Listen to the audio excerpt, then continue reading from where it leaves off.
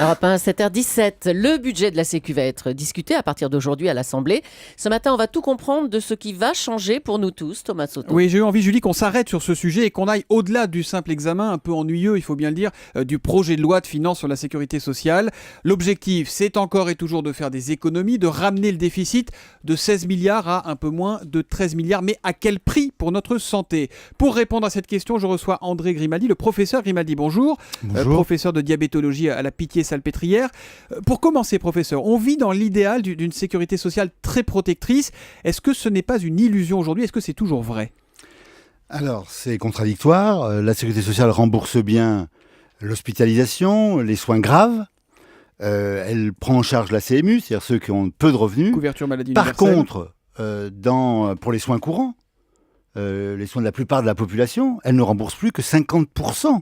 Ce qui fait qu'en France, aujourd'hui, pour être soigné, il faut à la fois et la Sécu et la une mutuelle. complémentaire santé, mutuelle ou non mutuelle, enfin une complémentaire, qui est de plus en plus chère. Quand on en est à 50% à peine de remboursement pour tous les traitements de la vie quotidienne, en Oui. quelque sorte, est-ce qu'on peut parler d'une forme d'abandon de la santé de l'État au profit du privé? Il y a un fort risque, parce qu'est-ce qui se passe? Notamment les classes moyennes qui vont payer, ont le sentiment de payer deux fois. Elles disent, je paye ma complémentaire pour soigner moi et ma famille, et je paye en plus la Sécu pour la solidarité en quelque sorte. Donc au bout d'un moment, quand on voit les tarifs des complémentaires qui augmentent, on dit j'en ai marre de payer deux fois, et donc je ne veux plus payer la Sécu. Donc va monter, comme ça existe aux USA. Des gens qui disent, vous ne vous trompez pas, les Américains, ils payent aussi pour les pauvres Medicaid et Medicare, mais ils payent $8 000 par an, quand en France on paye la moitié. Ils disent on ne veut plus payer. Et c'est ça qui casse la solidarité, et à la fin, la Sécu sera en danger. Donc en gros, les plus démunis ont la CMU, ils sont couverts Oui. à peu près correctement. Dans le haut du panier, chez les hautes plus classes graves. de revenus, on a les moyens de se payer une très bonne mutuelle, il n'y a pas de souci. Ce sont les classes moyennes qui trinquent. C'est ça ce que vous nous dites ce matin? Absolument, ce sera les classes moyennes, et plus particulièrement, je vais vous dire, quand on dit les classes moyennes, les personnes retraitées qui ont une petite retraite, pour qui les soins sont importants dans leur vie quotidienne. Ils n'ont pas le droit à la CMU et ils ont des complémentaires qui est 14% de leur budget. Donc qu'est-ce qu'elles font? Parce que les complémentaires, c'est très inégal. Oui, certaines vous remboursent avez bien, d'autres 3 très mal. étoiles, 2 étoiles, 1 étoile. Et ben vous dégradez votre contrat. Vous êtes plus couvert que partiellement, pas pour les dépassements d'honoraires ou peu.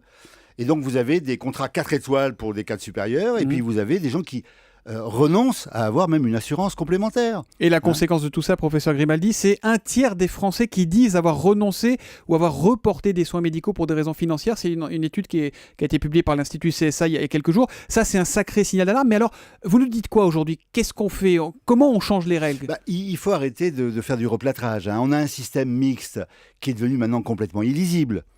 Vous avez la CMU. Si vous êtes un peu au-dessus de la CMU, vous avez l'aide à la complémentaire. Donc on subventionne les complémentaires. On subventionne les complémentaires d'entreprise. C'était 4 milliards. On rajoute 2 milliards avec l'accord national interentreprise pour les complémentaires d'entreprise. Donc 6 milliards. Et puis, il y a l'aide à la complémentaire pour ceux qui sont un peu de la CMU. Et comme ça ne suffit pas, il y a de l'aide à la complémentaire. Donc vous dites on remet tout à plat? Oui, il faut mettre à plat. On Il met faut tout à mettre plat. à plat. C'est-à-dire que la Sécu doit rembourser des soins solidaires justifiés.